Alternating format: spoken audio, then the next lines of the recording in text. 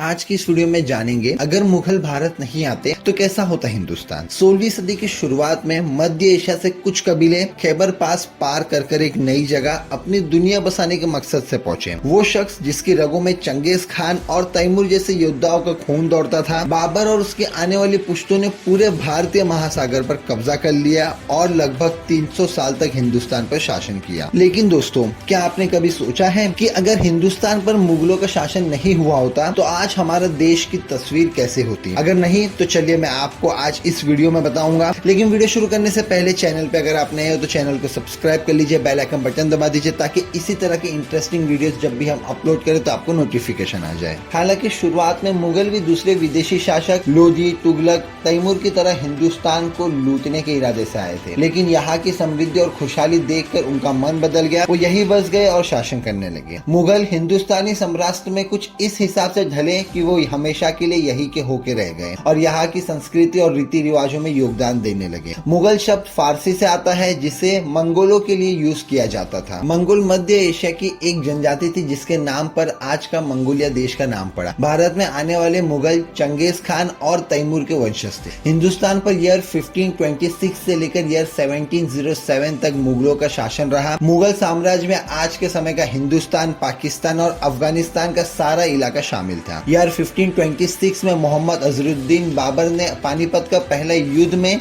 इब्राहिम लोदी को हराकर दिल्ली में मुगल साम्राज्य की स्थापना की और फिर समय के साथ साथ इस साम्राज्य का विस्तार होता गया। बाबर के बाद उसके बेटे हुमायूं फिर अकबर ने पूरे हिंदुस्तान पर मुगल परचम लहराया और यह सिलसिला मुगल शासक औरंगजेब तक चलता रहा। जिस समय हिंदुस्तान में मुगल शासन की नींव रखी गई उस समय हमारे देश कई छोटे छोटे रियासतों में बटा हुआ था। सभी रियासतों के राजा अपनी प्रजा को तो खुश रखते लेकिन छोटी छोटी बातों को लेकर आपस में ही लड़ते रहते थे और इसी का फायदा इन मुगलों ने उठाया। यानी ये कहा जा सकता है कि बाहरी लोग जिस मुल्क को हिंदुस्तान समझते थे वास्तव में वो कई भागों में बटा हुआ था जिसे मुगल ने एकत्रित कर हिंदुस्तान बनाया। इस हिंदुस्तान का मतलब हिंदुओं का देश हरगिज नहीं था जो हम आजकल समझते हैं। दरअसल सिंधु नदी को फारसी में हिंदू कहते हैं और नदी के इस पार के इलाके को वहाँ के लोग हिंद कहते थे। इसी हिंद से हिंदुस्तान बना। पर यह बात भी सच है कि एक हिंदुस्तान के लिए हिंदुस्तानियों को भारी मूल्य चुकाना पड़ा। इसकी वजह ये थी कि मुगल हिंदुस्तान की सभी रियासतों पर अपना अधिकार जमाना चाहते थे, जिसके लिए उन्होंने कितने ही निर्दोष लोगों को मार डाला और कितनों को बेघर कर दिया। कितने ही राजपूत वीरघरानों को जौहर की अग्नि में अपने प्राण देने पड़े और समय के साथ साथ मुगलों का खौफ इस कदर बढ़ता गया कि अपनी वीरता के लिए जाने जाने वाले राजपूत राजाओं ने बिना युद्ध के ही अपने राज्यों को मुगल के अधीन कर दिया। मुगलों ने भी अपने राजपूत रियासतों के साथ संधियां की,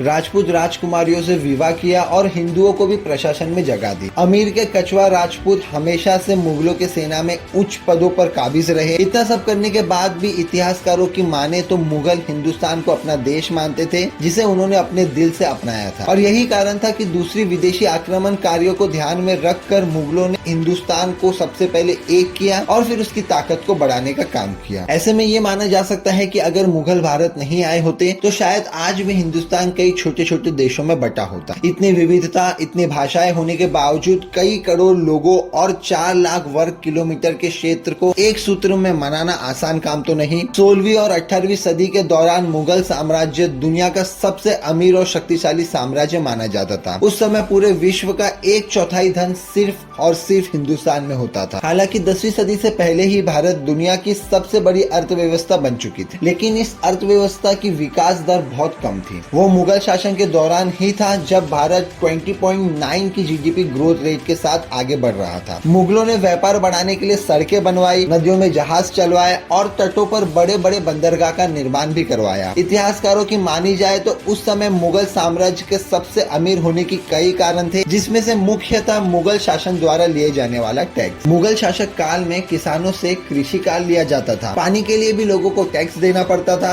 इतना ही नहीं, उस दौरान धर्म के आधार पर भी टैक्स लिए जाते थे। हिंदुओं को जजिया कार यानी कि पूजा करने के लिए भी टैक्स चुकाना पड़ता था, जिस कारण मुगलों को हिंदू विरोधी भी माना जाता था। हालांकि मुगल शासक अकबर ने अपने शासन काल के दौरान इस टैक्स को समाप्त कर दिया था। इतना ही नहीं, अकबर ने सभी धर्मों के मूल तत्वों को मिलाकर एक नया धर्म दीन इलाही की स्थापना भी की थी। अकबर की इसी धर्मनिरपेक्षता के कारण अकबर बाकी सभी मुगल शासकों में सबसे ज्यादा लोकप्रिय हुए। दोस्तों, ये बात सच है कि मुगलों के शासन काल में टैक्स की धाराएं बहुत ज्यादा थी, पर यह बात भी सच है कि मुगलों ने हिंदुस्तान को आगरा का किला, दिल्ली का लाल किला, 15 एकड़ में फैला हुआ फतेहपुर सीकरी का महल और प्रेम की दुनिया में सबसे बड़ा प्रतीक वर्ल्ड फेमस ताजमहल दिया, जिस पर हम आज भी गर्व महसूस करते हैं। मुगलों ने हिंदुस्तान में लूट खसोट नहीं की, बल्कि इन इमारतों में पैसा लगाकर राज्य को पैसा कमाने का नया जरिया दिया, जो आज तक कमाई करके दे रहे हैं। जी हाँ दोस्तों, ताजमहल सालाना 20 करोड़ की कमाई करके देता है, तो वही कुतुब मीनार से 10 करोड़, लाल किला और हुमायूं के मकबरे से 6-6 करोड़ आज भी सरकार के खजाने में सालाना जमा होते हैं। अगर मुगल हिंदुस्तान ना आते तो हमारे देश में ये मकबरे और इनसे होने वाली कमाई भी ना होती। मुगल ने हिंदुस्तान का फारसी वास्तुकाल से परिचय करवाया, जो इससे पहले एशिया के दूसरे देशों में तो देखने को मिलती थी, लेकिन यहाँ हिंदुस्तान में नहीं। इसके अलावा मुगलों ने हिंदुस्तान में जंग के पुराने नियम को भी बदल डाला। टर्की युद्ध रणनीति और अपनी तोपों के दम पर बाबर ने पानी का पहला युद्ध जीता था। जब मुगल शासन में आए थे, तब हिंदुस्तान में बंदूक, तोपें और तलवार जैसे हथियारों की बहुत बड़ी मात्रा पे उत्पादन होना शुरू हो गया था। आपको ये जानकर हैरानी होगी दोस्तों कि मुगल शासन के दौरान हिंदुस्तान दुनिया में सबसे ज्यादा हथियारों का निर्माण करने वाला देश होता था। यहाँ से हथियार दूसरे देशों को भी सप्लाई किए जाते थे। मुगल ने देसी उत्पादन को भी खूब बढ़ावा दिया था। उस समय सूती कपड़े, मसाले, नील, नमक, ऊन और रेशम कपड़े आदि का विश्व में सबसे ज्यादा उत्पादन हिंदुस्तान में ही होता था, और हिंदुस्तान ही इन सब चीजों का सबसे बड़ा निर्यातक भी होता था। उस समय प्रशासन तो मुगल के हाथ में थी, लेकिन व्यापार में हिंदू व्यापारियों का दबदबा था। अकबर ने अंतरराष्ट्रीय व्यापार बढ़ाने के लिए कई ऐसे कदम उठाए, जिनसे पश्चिम के देशों का भारतीय से व्यापार बढ़ा। ईस्ट इंडिया कंपनी भी भारत इन्हीं व्यापारियों की शक्ल में आई थी, जिन्होंने बाद में मुगल साम्राज्य को ही खत्म कर दिया और हिंदुस्तान पर राज किया। इस पर यह तो कहा जा सकता है कि अगर मुगल सल्तनत अंग्रेजों को मौका न देती तो शायद वो भारत पर राज नहीं कर पाते, लेकिन ऐसा कहना बेईमानी लगता है, क्योंकि अगर मुगल सल्तनत ना होती तो हमारा देश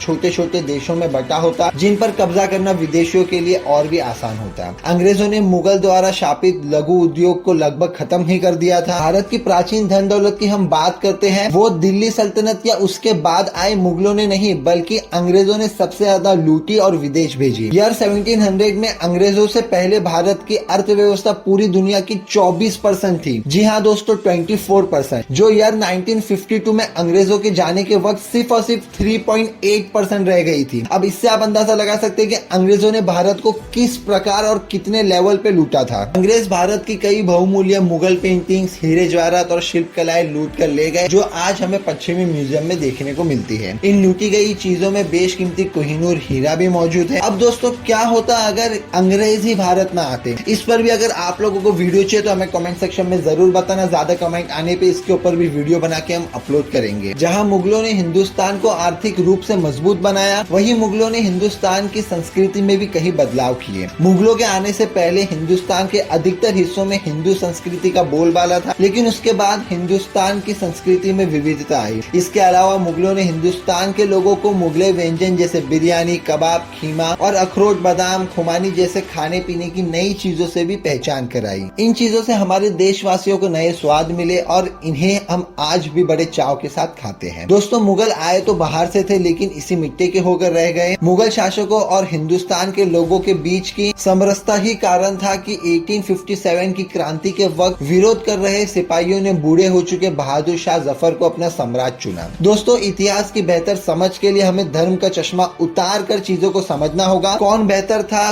कौन बुरा था, इसका फैसला आप स्वयं करें। फिलहाल आज की वीडियो, अगर मुगल भारत ना आते तो क्या होता, में इतना ही। अगर आपको इसके बारे में कुछ कहना है, कुछ सजेशन देना है, कोई पॉइंट ऑफ व्यू शेयर करना है, तो कमेंट सेक्शन आपके लिए खुला है। कमेंट सेक्शन में आपके जो भी पॉइंट ऑफ व्यू है वो शेयर करके बता सकते हैं। और अगर आप चैनल पे नए हो तो चैनल को सब्सक्राइब कर लीजिए, बेल आइकन बटन दबा दीजिए, ताकि इसी तरह का और इंटरेस्टिंग वीडियोस की अपडेट आपको नोटिफिकेशन मिलती रहे। तो चलिए इसी के साथ मिलते हैं नेक्स्ट वीडियो में। Till then stay tuned with the channel. Take care, bye bye and thanks for watching.